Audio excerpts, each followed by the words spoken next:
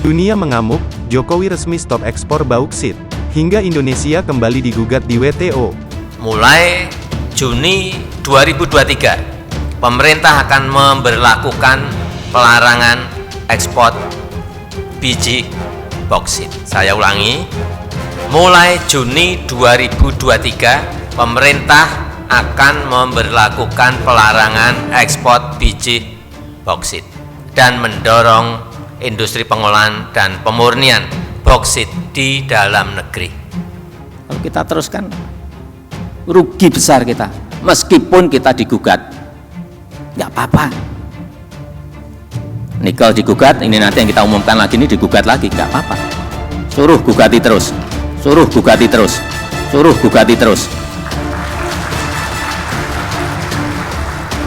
Yang kedua digugat belum rampung, ketiga kita stop lagi, gugat lagi, nggak apa-apa. Suruh gugati terus.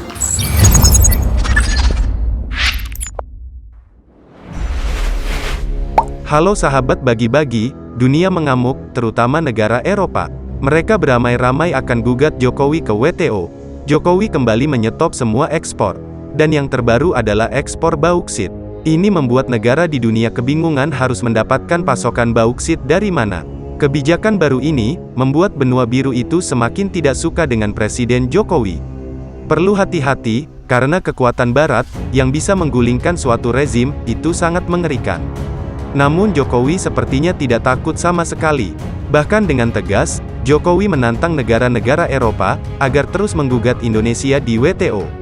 Pasalnya semakin digugat, komoditas Indonesia seperti nikel, bauksit, kelapa sawit akan semakin terkenal. Strategi Jokowi ini membuat pemimpin dunia kagum sekaligus geram. Bahkan ada yang sudah mengamuk karena kebijakan Jokowi ini. Dan negara mana saja yang telah mengamuk ke Jokowi karena menutup keran ekspor bauksit.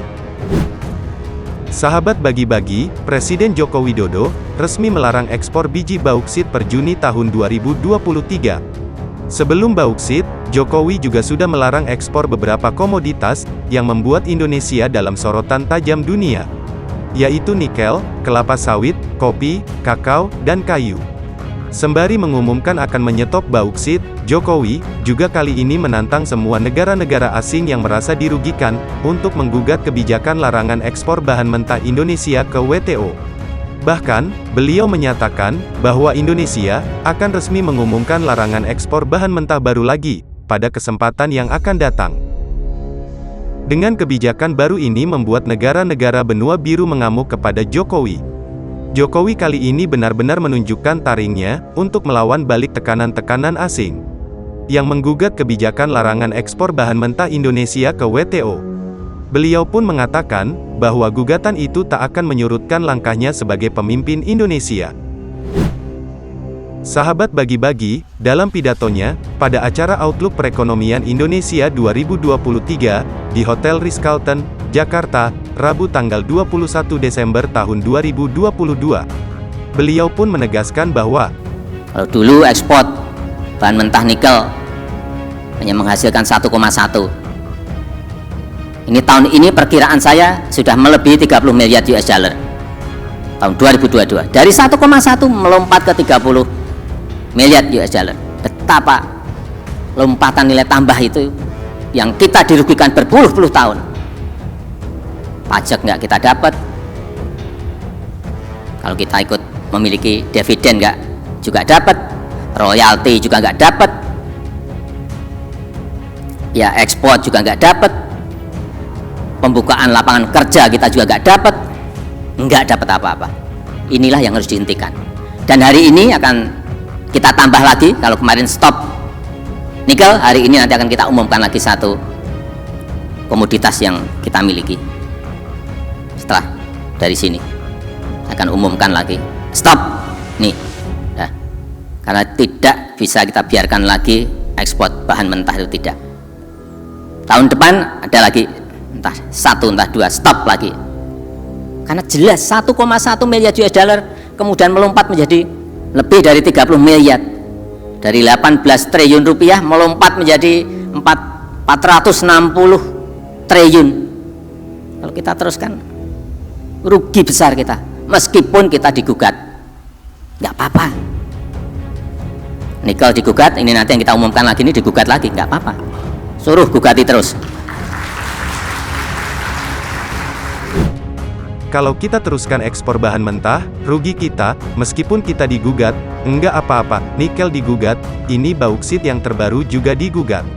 Semuanya saja digugat terus-terusan, ujar Pak Jokowi, di mana hal itu pun dilakukan demi menciptakan hilirisasi, sehingga dapat menambah nilai tambah bagi Indonesia. Sahabat bagi-bagi, biji nikel menjadi komoditas pertama yang dilarang di era pemerintahan Jokowi. Larangan tersebut berlaku efektif sejak tanggal 1 Januari tahun 2020. Atas larangan tersebut, Indonesia kemudian digugat oleh Uni Eropa ke Organisasi Perdagangan Dunia karena dinilai melanggar peraturan perdagangan internasional. Jokowi menegaskan, larangan ekspor nikel ditunjukkan semata-mata untuk meningkatkan hilirisasi. Mantan Gubernur DKI Jakarta tersebut mengatakan, hilirisasi nikel terbukti melambungkan pendapatan negara dari 17 triliun rupiah pada 2014 menjadi 326 triliun rupiah pada 2021. Pada 2022, Jokowi berkali-kali mengejutkan dunia dengan larangan ekspornya. Pada awal tahun ini, atau persis tanggal 1 Januari tahun 2022 kemarin, pemerintah tiba-tiba saja melarang ekspor batu bara. Larangan ekspor batu bara yang sempat dilakukan pada awal tahun ini, dipicu karena menipisnya pasokan batu bara untuk PT PLN atau Persero. Produsen batu bara, banyak yang memilih untuk ekspor ke luar negeri daripada memasok ke PLN, karena harga di pasar internasional sedang melambung. Penghentian ekspor batu bara ini dilakukan tanpa aba-aba, sehingga membuat importir melayangkan protes keras.